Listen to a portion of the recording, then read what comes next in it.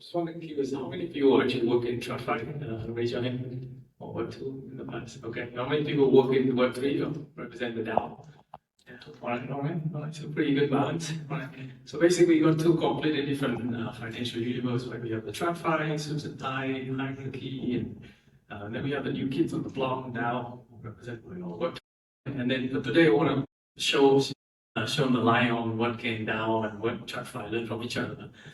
So what can DAOs learn from TradFi in general? I think there's 3 points here I want to tackle. One is Treasury diversification.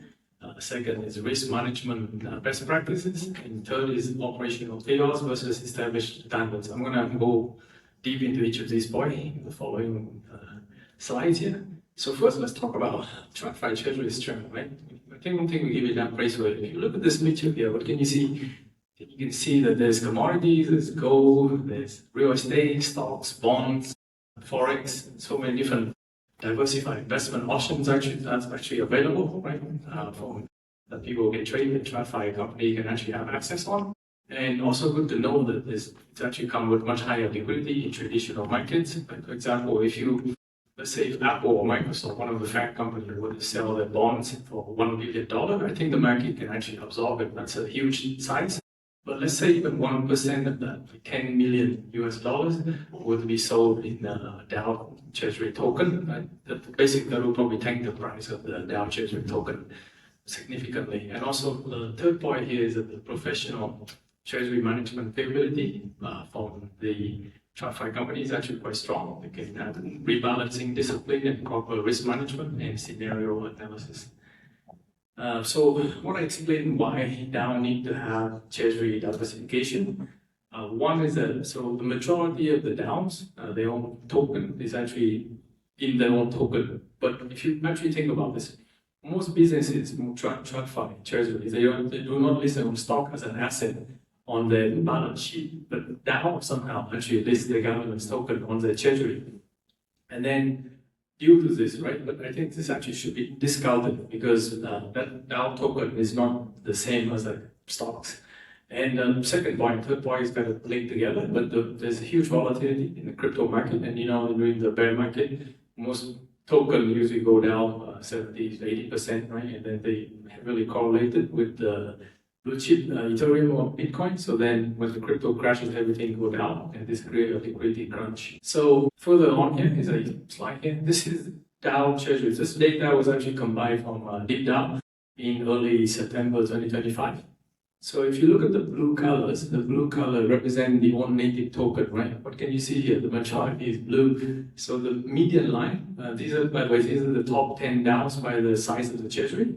So the median is about 98%, which means that the majority of the treasury is actually in their own token. But what does this mean though? This means that if there's a significant liquidity or market bear event, it's going to take the majority of the hit, right?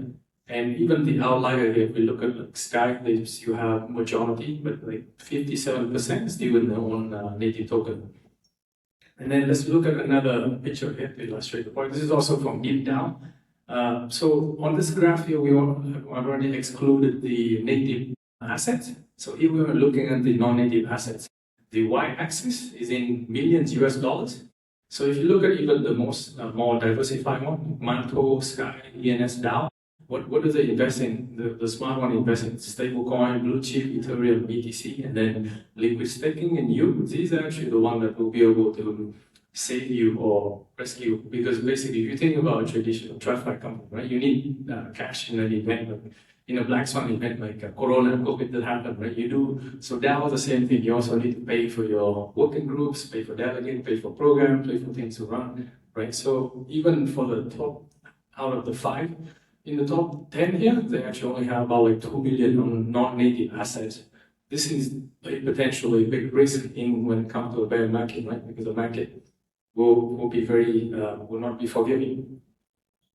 And then let's look at the side of the risk management here. This is Beanstalk, is a decentralized credit-based stablecoin protocol. So back in 2022, and they already decentralized the whole governance, the process. But unfortunately, the code was working properly, right? They professionally audited by smart contract firm, But unfortunately, one of the hackers used a flash loan attack. What is a flash loan? Flash loan is a transaction where the attack borrow and then repay the same transaction in the flash of a finger, right? That's why it's called flash loan. So in this case, they were able to borrow $1 billion, and then from there they buy the Beans token, which is a governance token. And so with the 1 billion they were able to borrow, they use it to buy the Bean token. And then since now they own the majority of token, according to the governance rule, they only need to have 2/3 of the governance token in order to create an emergency proposal.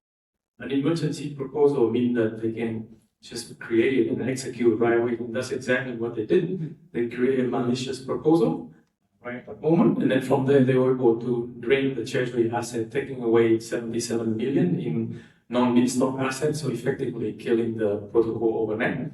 So, I mean, obviously some of the lessons is that if there was a robust risk management practice, and then also a security council or time delay approval, then it could have prevented this from happening. So in TradFi, here's another thing. I call this the anti-fragile approach that could be somewhat relevant for DAO Treasury in general. For TradFi in general, if you look at it, I would say the majority, like 70, 80, or 90% would be in super safe, low yield, but also very safe assets. And then the minority, maybe 10 or 20% in high-risk tokens or high-risk assets. So DAO can also apply the same. Why is this good? This is good because it actually limits your downside while retaining the upside potential. So you still have a bit of a risk high yield to be able to earn some yield, but then you don't actually gamble the majority of the treasury away, right? So this is a good, effective way. And then the third problem that I mentioned earlier, right, is have to do with the DAO operational challenge. If you look at this picture, what can you see from here? This is a very busy office, right? But if you look deeper into it, it's who's the boss, who's doing what, and it's actually very chaotic, right? And who even knows what the other workers are doing? Right? It's quite a big mess. But that's basically what's happening in a lot of the DAOs nowadays. There's not a lot of standards, and delegates are not really clear on what need to be done, right? The roles are somewhat fluid, but also opaque. There's need to be more standards for it. And then second part is about DAO need accountability and responsibility. So let's say if you were a TradFi or company, a third-party organization that wants to deal or have contract with a DAO, whom do you deal with at the DAO, right? DAO is not like a legal entity per se, so it's not like a counterparty. In TradFi, if you go talk to ABC or Sony Corporation, for example, then you know that there's compliance officers, there's people there, there's a face in it, right? Then here you have to do the due diligence, you go to find out. And the third problem is you have to do with, I call it the principal agent problem. In this case, so the principal are the token holders, right? And then the agent are the delegates, because a delegate, the way it works in DAO is that token holders, they delegate one time the voting power to the delegates. And then afterward, the delegates control the vote, but then they can vote however they like. Usually it's just a one-time, that's why it's a set and forget thing. And it's this create a principal agent problem because they don't have the aligned incentive, right? It's not, they vote, but it's not really based on measured performance or not KPI, and that can create trouble. But it's not all, well, I think talk a lot about things that are troubling DAO as well, but I think now we can look on the other side of the mirror. What are the things that could be troubling that TradFi could also learn from DAOs as well, right? So these are the three key points I'm going to talk about. One is have to do with real-time transparency. Second is composability or modular execution. And third is a global contributor network with our legal entities. And what does this mean? We'll go deep into each of them again. And for DAO, I think we all know that DAO and crypto in general has transparency. There's on-chain KPI, dashboard key performance indicators, metrics for most DAOs. You can actually see the contributor compensation, the governance participation rate, voting proposal, who actually won the, which proposal actually got passed, which proposal was declined, and then you can also view the treasury balances as well in real time. All of this can be actually viewed in real time. And then this actually helps for token holders and delegate can actually see the revenues and profits of the DAO as well, so they know what's going on. I think this kind of transparency actually helps to build trust.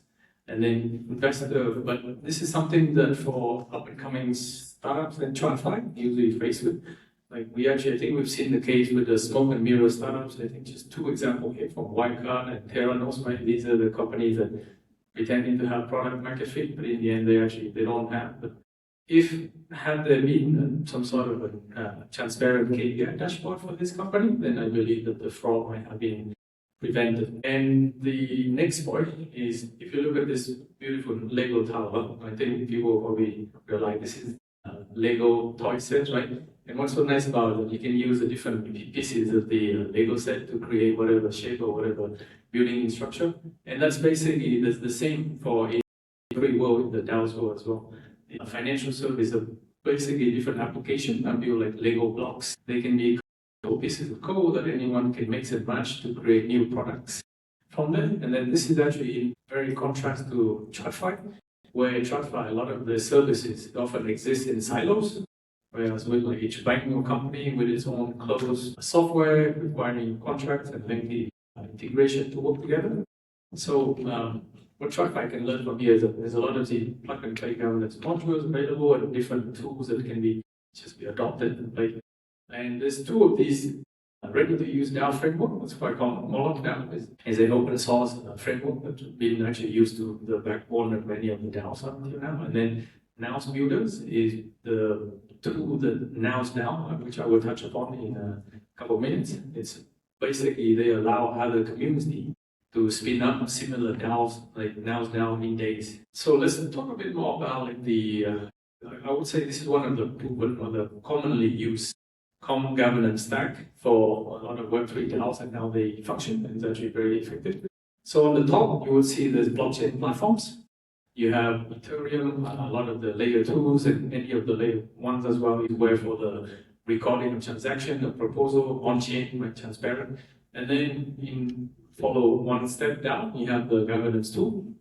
You have Snapshot for off-chain voting, Tally for on-chain voting. Off-chain meaning that there's no transaction being recorded on-chain, on the blockchain. On-chain is meaning it's recorded on the blockchain. And then Notice Safe is a common multi-sig wallet that's actually being used. And then there's, of course, the various different collaboration tools for DAOs and community that they use, right? Discord for public community gathering, town hall of discourse, or usually for forum discussion and proposal posting, Notion for collaboration, and then analytics, right, for doing analytics and Etherscan and other software monitoring tools as well. And then here, the third aspect of DAO, which is, I think, is one of the, not only for DAO, but also for crypto in general, I think it's a very striking aspect is how quickly new ideas develop and deploy, often by even very little teams, so actually very small teams and individuals by punching above their weight. I think that's a nice thing because in DAO and Web3, the fast-moving culture, there's very little gatekeeping process over there. Versus in TradFi, right? If you want to access a new market, it'll probably take you 6, 12 months or even a couple of years to set up new markets as well. But then for DAO, if they want to have new contributors, you've seen many DAOs that expand across borders and across regions and hiring people from all over the world and having people to operate without any subsidiary or local offices. And I want to go over one example of this is Nouns DAO. I think many of you might have seen this. Nouns DAO is a community-owned brand that makes a positive impact by funding ideas and fostering collaboration. So if you look on the diagram here, I want to explain a little bit. Each Nouns DAO here is an NFT, right? The NFT has a different pieces of it that make it up. And every day on the smart contract, it's written automatically so that every day there's an auction for a new piece of NFT. Or the non-fungible token, the art drawing here. And then the person who bought it, they can actually acquire the NFT, but they also acquire one vote. And that vote allows them to vote on a different proposal in the Nouns DAO Treasury. But also, if you look on the lower side, you see that the Treasury would actually fund the proceeds from the auction will go towards the Treasury. And then the Treasury just keep growing every day. And then from this Treasury, they allow people to apply, people from all over the world can apply for their global funding. I think right now there's 2 programs applicable. One is like the small grants, anywhere from 0.1 to 10 ETH. These can be aimed for creators, developers, or small artists, people who want to run any sort of events or small project, but it doesn't even have to be Web3 project, it can also be Web2. And then for proposals, from anywhere from 10, they actually fund from about 10 to 1,000 ETH, and I think that's quite a lot of money to fund even a big project. And of course, the best thing is all of this proposal is the open and on-chain governance for people to vote on, and people who can vote, like I said earlier, the people who are the holders, the Nouns token. So this is how they allow the global contributor network to basically to contribute and develop together. So let's wrap it up again. Then I think there's a couple of the takeaway here is for DAOs. I want to touch upon takeaway for DAOs first. For DAOs, it's very important that they have some sort of a treasury diversification plan or strategy, so that will help to sustain DAO in the long run, and through multiple crypto cycles. Because I'm quite sure that most DAOs, they don't want to just be here for just one market cycle and just be here like a tourist and go. So I don't think we have the right answer as to what is the optimal composition yet of the DAO treasury. But I would probably surmise to say that 40 to 60% of the native token is probably quite sufficient. And then as opposed to earlier when I said that 98% of the native token was actually in most of the, even the major DAOs, right? And then also they probably need to have a runway about 18 months in stablecoin or liquid assets that will allow them to fund their programs, contributors, and then when it comes to risk management framework, definitely need to have in place the best practice. I would say time not delay, stage approval, or even a security council that will be there to intervene in case of some malicious hacker or exploiter come by. And then when it comes to token owner issue, I think established operational standards would actually be very helpful for DAO stakeholders whose clear responsibility of who does what, and also I think this can also help to address the principal agent problem I talked about earlier. I believe the pay for performance objective. If you accomplish this task, accomplish this project, then you will get paid. I think that's probably one of the best ways. And then for TradFi, right? What can TradFi learn? I think transparency is one. But obviously, I don't think this is going to happen from day one. I think TradFi can begin with non-sensitive KPI. I mean, you have ESG scores, supply chain metrics, customer satisfaction. These are the non-financial metrics that companies probably be willing to share first. And then gradually they can expand and then include financial metrics as well to show the world that they are doing properly.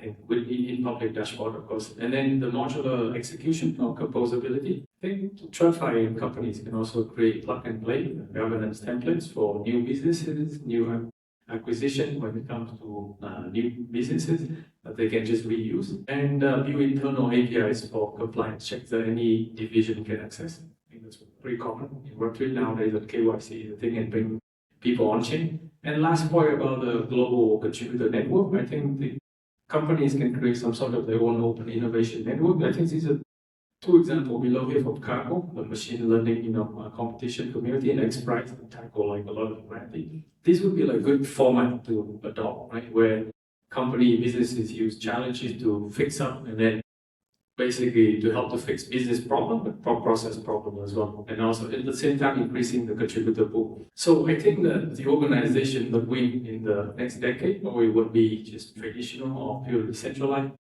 Probably the one where you have to somewhere that taking the best practice from all the TradFi and then the decentralized worlds as well. And that's what I'm here to share about. Will this tool be a hybrid future? To be honest, I don't know. I don't have the future for this, but I think we can just wait and see. Thank you very much.